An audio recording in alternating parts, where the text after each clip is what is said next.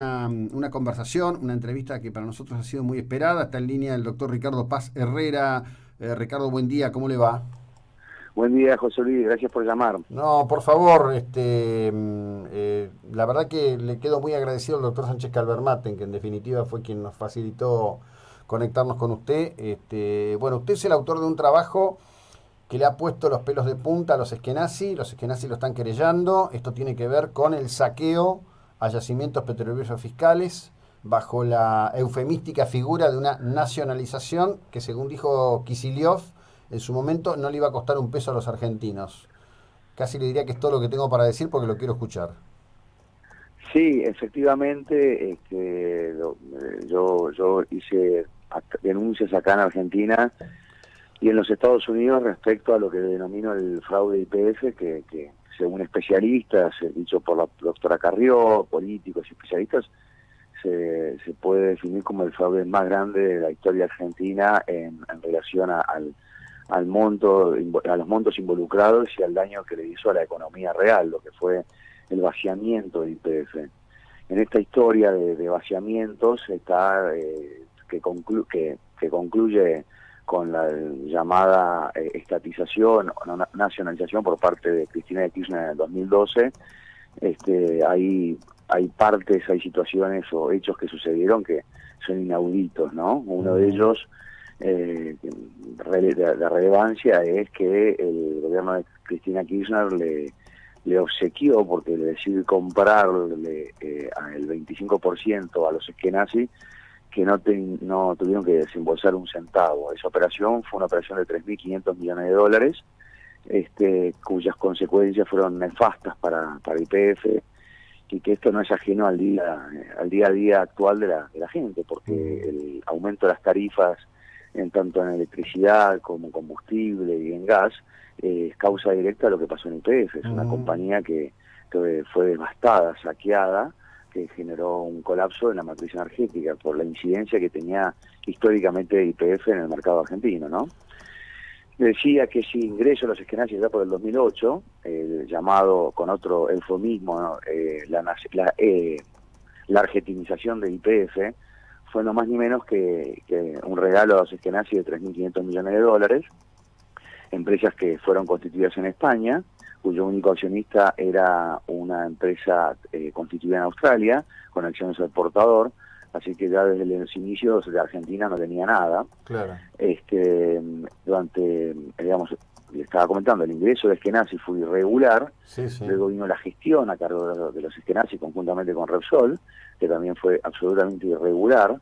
Se pagaron dividendos ilegalmente, es decir, superiores a las ganancias de la compañía, un 130%. En números reales hubo una distribución de dividendos de casi $7.000, de los cuales 1.700 millones de dólares eran en exceso a las ganancias. Hubo honorarios pagados en exceso a lo autorizado por los accionistas, hubo sobreprecio en las contrataciones, en fin, una gran cantidad. Decía que la gestión fue también irregular. Luego la salida de los eskenazi YPF, cuando la expresidenta Cristina Fernández de Kirchner expropia Repsol y deja sin resolver la cuestión de los eskenazi, las empresas Petersen, deriva en un reclamo hoy que tiene la Argentina en la Corte de Nueva York, a partir de que un fondo Barford compra esos derechos en la quiebra de las empresas Petersen en España. Y hoy tenemos un reclamo de este fondo Barford de 4.000 millones de dólares contra Argentina YPF, que la realidad de los números, como es una acción que representa a todos los accionistas que en su momento, al momento de la estatización, tenían acciones de YPF, el número final, que no se está contando públicamente, supera los 8.000 millones de dólares. Claro. Así que, digamos, las consecuencias de lo que sucedió en YPF, no solamente esta maldita herencia recibida, de que hoy los argentinos vamos a tener que hacer frente a un juicio de piso, 8.000 millones de dólares, que es una YPF colapsada, sobreendeudada, con una caída drástica de la producción de gas y petróleo, combustible, y que se ve reflejado en el aumento desmesurado de lo que son las tarifas, ¿no? Claro. Bueno, ahí, digamos, me parece que hay un par de cuestiones, ¿no? Yo recuerdo que en su momento, Alieto Guadagni Había publicado un extenso artículo en el diario Clarín criticando el modelo que llevaba adelante el gobierno de Néstor Kirchner, luego Cristina, en relación a la cuestión energética, ¿no? Eso me motivó, lo llamamos a una entrevista y él hablaba de eso y le dije, mire, yo la verdad que creo que usted lo está mirando por el lado del pensamiento positivo, es decir, usted cree que esto es una política. Yo lo que creo que esto es una intencionalidad de saqueo, ¿no? Porque usted está hablando estrictamente de YPF y el daño, pero la otra colateral fue la importación de combustible, el negociado tanto con el diésel venezolano como el GLP que entraba por Bahía Blanca. Es decir, la verdad que no tenemos ni noción de la dimensión real del saqueo que ha sido esto, ¿no? La realidad es que exactamente como usted dice, bueno, la importación de gas se dio con motivo del colapso de YPF. El YPF deja de producir gas, tuvo una incidencia en la caída de la producción de YPF, una caída de producción superior al 50%, eso incide en la matriz energética del país, y a partir del 2010 se comienza a importar gas, obviamente al estilo de la época, de aquella época, así con millonarios sobreprecios, que inclusive, hago un paréntesis, Bonadío la semana pasada procesó a Barata, a Debido, a Dromi y todos los que estaban involucrados en esa maniobra de comprar gas, importar gas con millonarios sobreprecios. Entonces, esa importación de gas, vuelvo a decir lo mismo, cuya causa principal es el colapso productivo de YPF en el 2010, requirió de comprar al exterior, importar gas. Ese gas, gas licuado, gas natural licuado, GNL, además era comprado a empresas de Repsol en el exterior. Es decir, Repsol nos extrajo y malvendió el gas argentino, sino que además luego le compramos a ellos con sobreprecio, una cosa demencial. En ese andar ese costo de utilizar dólares de la Reserva del Banco Central para cubrir el déficit energético vía importación, es que el gobierno de Cristina Kirchner tuvo que recurrir al cepo cambiario, y las consecuencias que ello tuvo en la economía real y que aún sigue teniéndolo, que es la recesión, ¿no? Claro, por supuesto. Ahora, la gente está hoy alarmada por lo que fue el tema de los cuadernos, lo que es la obra pública. Créame, José Luis, que los montos involucrados en la corrupción kirchnerista en relación a la obra pública son infinitamente inferiores a lo que es el dinero involucrado en la corrupción kirchnerista en temas energéticos. La realidad es que esto se dio en todos los ámbitos. Esto se dice y lo dicen por varios lados de la prensa, que todavía el tema energético no se tocó, salvo en esta causa que Bonadío lleva adelante en relación al gas importado, pero el resto de los temas vinculados con la energía, los subsidios, los millonarios de subsidios, no, hasta ahora es una caja, digamos, no se ha abierto esa historia. Y en ese punto, YPF es el caso emblemático, por ser la compañía más importante de la Argentina y cuya incidencia en la matriz energética superaba el 60%.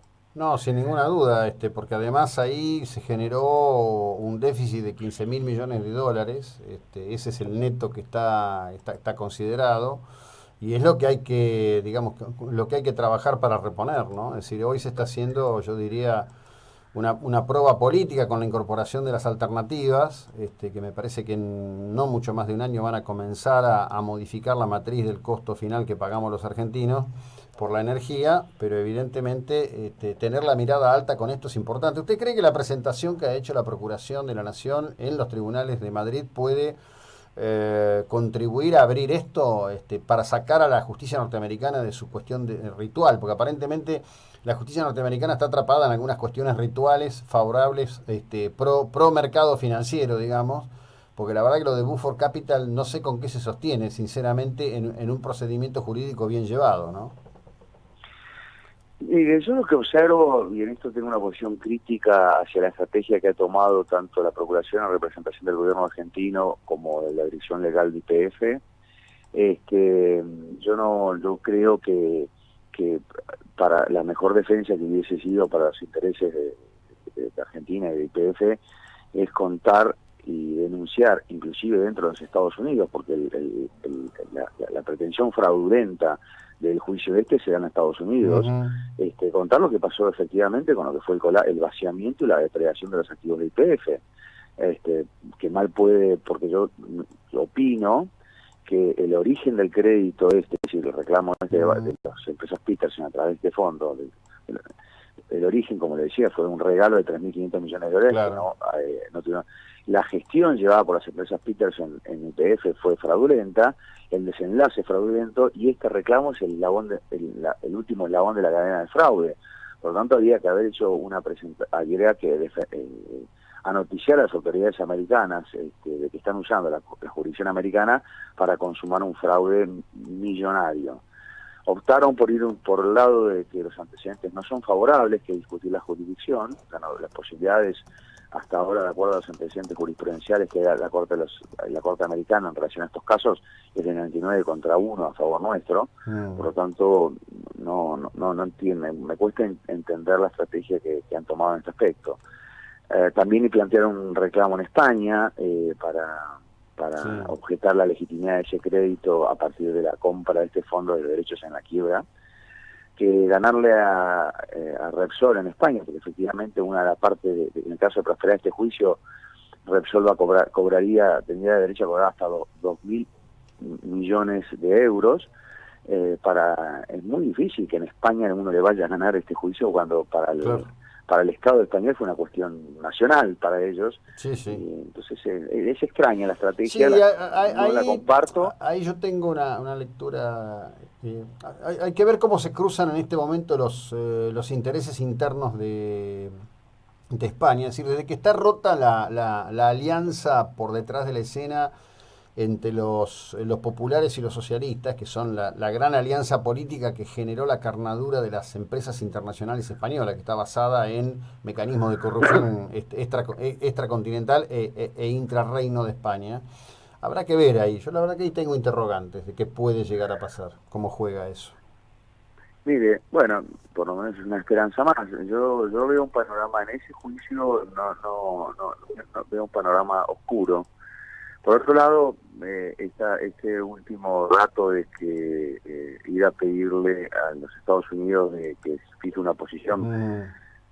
La realidad es que la Corte Americana, cuando tiene que resolver una cuestión donde hay un Estado nacional entre ese reclamo, como es el caso de como lo fue con los fondos buitres en su momento, normalmente ellos hacen una presentación, la Corte le da intervención y normalmente, salvo rarísimas excepciones, la posición del Estado americano, de los gobiernos americanos, es apoyar al gobierno soberano. Ahora sí, todo con los fondos buitres, el apoyo de Obama para que entonces fue explícito, contundente, pero el juicio se perdió de primera hasta la última instancia, ¿no? Yo creo que yo hubiese tomado otro camino, de hecho se lo he dicho a las autoridades de YPF, hubiese tomado otro camino, pero bueno, en fin, hay otras cuestiones ahí. También un poco estaría relacionado con que por qué hoy el tema de lo que sucedió en YPF no se está investigando a fondo. Entonces, ahí entra una nebulosa que, bueno, ya con el tiempo se verá. Pero bueno, más allá de eso, bien, la historia de YPF es realmente, parece una sátira. No, cuando yo la he contado, cuando yo declaré en los Estados Unidos, tanto en el Departamento del Tesoro, cuando las denuncias que presenté en la SEC, a priori cuando yo empiezo a hacer un resumen de esto, me miran como esto no es posible. No es posible que una compañía pequeña como era Repsol les compre una compañía 50 veces más grande y haya saqueado todos sus activos. Luego viene una compañía que había sido constituida 3 meses antes, le regalan 3.500 millones de dólares y continúa con un saqueo que termina esa historia pagándole a Repsol casi 10.000 millones de dólares y ahora a los Eskenazi tener que soportar un juicio de 8.000 millones de dólares. Parece un cuento de muy mal gusto. Yo creo está bueno para una novela de esas en donde después cuando uno las ve en el cine cree que todo es ciencia ficción. Ricardo, para cerrar esto, ¿le decimos a la gente en qué dirección encuentra el video que expresa toda esta historia? Es www.fraudeypf.com.ar. Bueno, seguiremos conversando. YPF. Fraude YPF. Seguiremos conversando. Le agradezco la ilustración y el tiempo que nos ha dedicado. Muy amable. Muchas gracias y saludos. Hasta luego. Bueno, el doctor Ricardo Paz Herrera, un auténtico logro. Llevábamos mucho tiempo buscándolo. Me dice